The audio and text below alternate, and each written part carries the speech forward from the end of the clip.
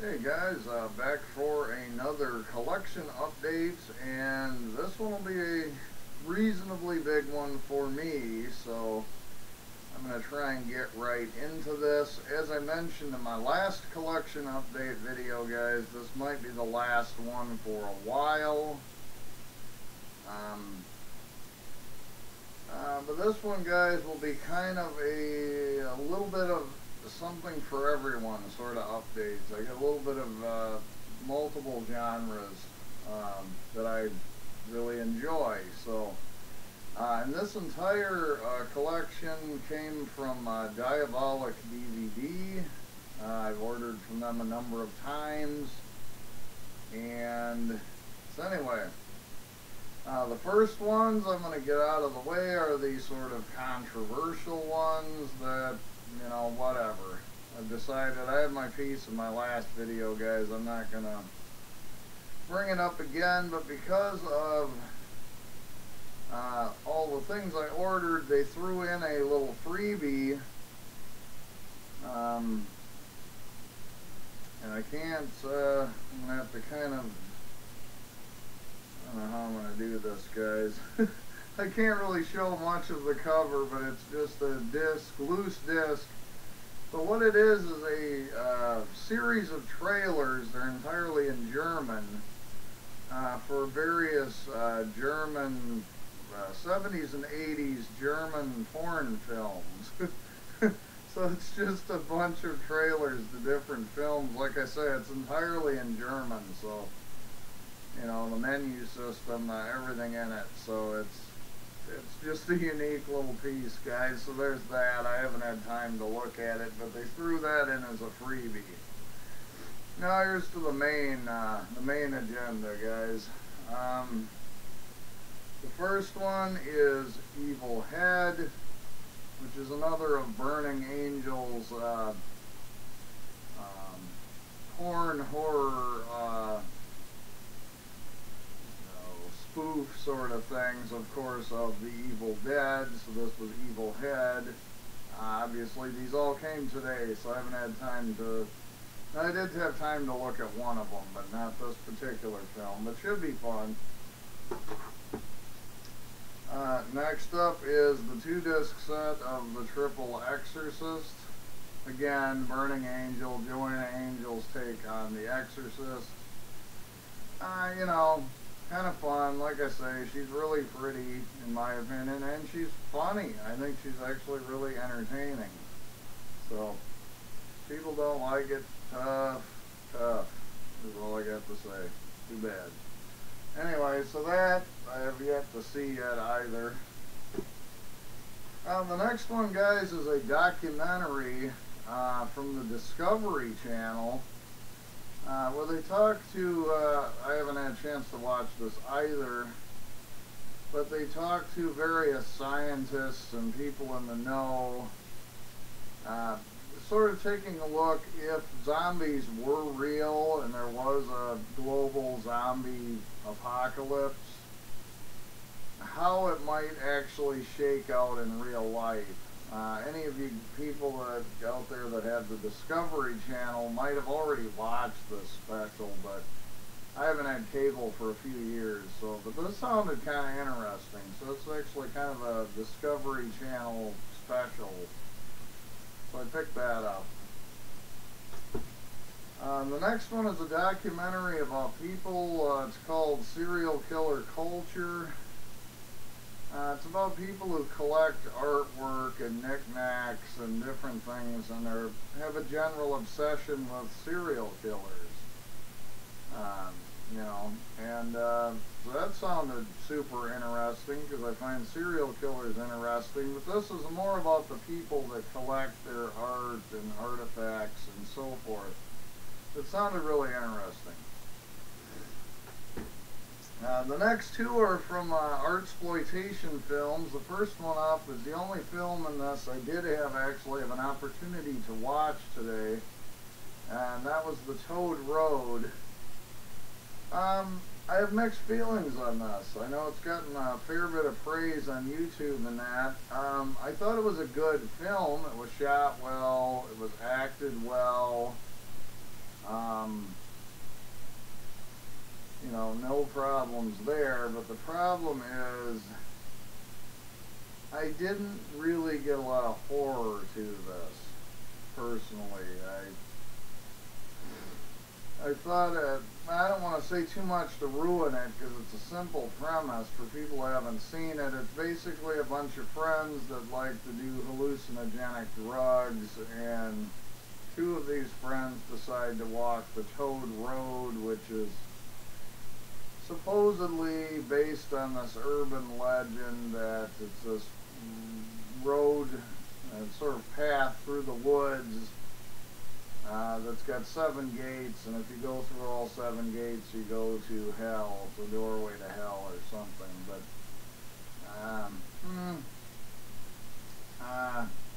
I'm up in the air on this one. Like I said, the acting's good. It was shot well.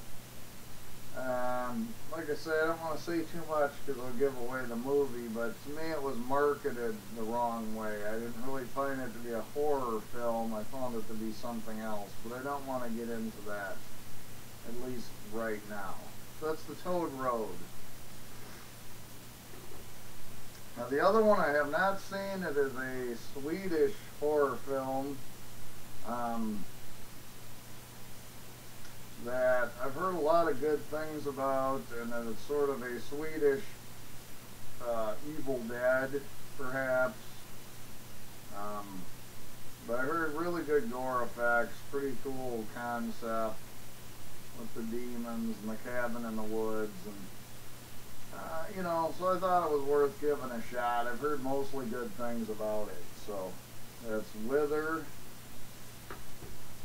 The next one I saw Mr. Parka talk about. It's a new giallo film. And you know me with giallo films. It's Sonno Profondo, which is Italian for deep sleep, I believe. But it is shot in the first person, I guess, and it was actually shot to look like it was made in the 1970s, even though it's a modern film. So it sounded pretty interesting. So this will be another one I'll be checking out fairly soon. Now the next one, guys, isn't strictly a horror film. It falls more into that kind of extreme category, perhaps. It is by the French director Gaspar Noé, I don't know how to say it exactly, but it's I Stand Alone. It's the same director that did Irreversible. That's you know, such a controversial film as well in its own right. Always been curious about this, and found it at a really terrific price, so I had to pick it up.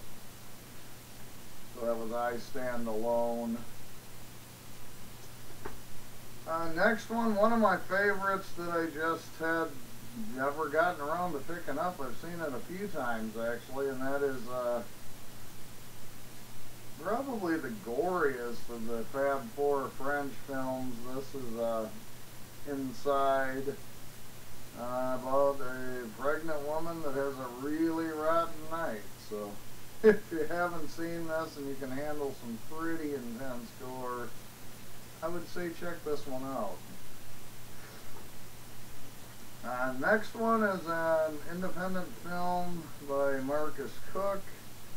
I saw it. I don't have Netflix anymore, but I had it, and I actually watched this one night on Netflix, and I thought for a really low budget film it was pretty cool. Tons of kills, very bloody, very gory. It's about this these investigative journalist types looking into a bunch of murders and involve the killer clown, and I don't want to get into the whole thing. But this is the unearthed version. I never got around to picking up the first release, but this one has, I think it's like 4 additional minutes of extra footage in it, so it'll be cool to check that out. Anyway, if you like killer clown type movies, slashers, particularly very gory ones, check out 100 Tears. The next one up, guys, while we're on the gore thing, is Olaf Ittenbach's No Reason. My favorite of Olaf's films that I've seen thus far. Spectacular gore and actually a very good story for this one, I felt. The next two are companion pieces. They're both the European editions. The first is Taeter City. You know, about this sort of new world order, and you know, it's deals with cannibalism. Anyway, it's a splatter film. It's from the guys that made Adam Chaplin. So they decided to pick up Taeter City, their second film, and their newest release, which is Hotel Inferno, which is a first-person gore film. You know, we had our first-person giallo film earlier. Ironically, in the same update, this is a first-person gore film. And again, this is also by the guys that did Adam Chaplin. So really looking forward to checking both of these films out. And the last two guys are the only two Blu-rays in this lengthy update. The first is The Dead 2 by the Ford brothers, who did The Dead, which I thought was, its slipcover, same on the inside, was a pretty cool modern zombie film in the George Romero style tradition, although the first Dead, The Dead, took place in Africa, so it had a very unique atmosphere. Well, the second one takes place in India, which should also lend itself to some really cool backgrounds and stuff. So I'm looking forward to this. That's The Dead 2. And last but absolutely not least, sort of the inspiration for why I made this big order, it is the limited edition Blu-ray release of Nekromantik.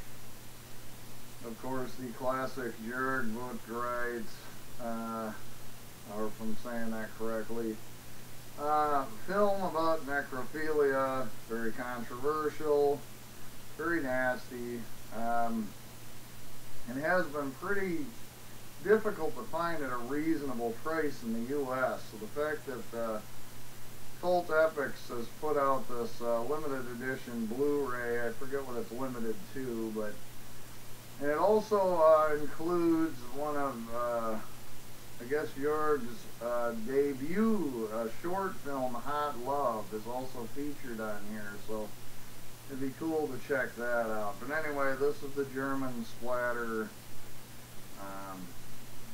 masterpiece, I would say. But anyway, I'm really thrilled to have a copy of this now. So anyway, that's Nekromantik on Blu-ray.